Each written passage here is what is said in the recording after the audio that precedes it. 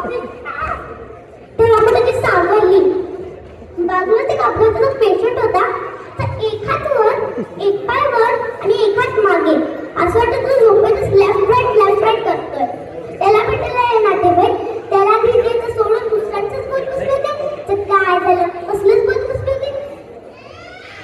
त्या पेशंटच्या आईला नातेवाईक म्हणाली, अगं ऐकलं का सरुताई, तुमच्या पिंट्याचं तर काहीच नाही. गमनी आणि गमण्याचे बाबा गाडीवर येतो टप्पसीत आणि खात गाडीला लाईटची नाही.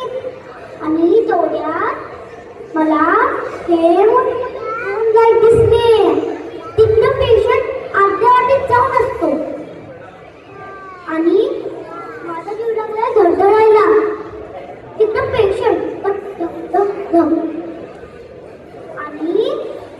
आणि मी पिंट्याच्या बाबाला म्हणलं, अगदी हुशारीनं त्या दोन्ही गाड्याच्या मधनं आपली गाडी जाऊ द्या.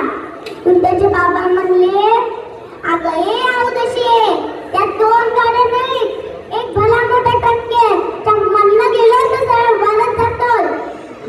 आणि पिंट्याच्या बाबांनी गाडी वक्रात घातली. तेव्हा कुठं आम्ही वाचलो. तिकडं पेशंट शांत झाला.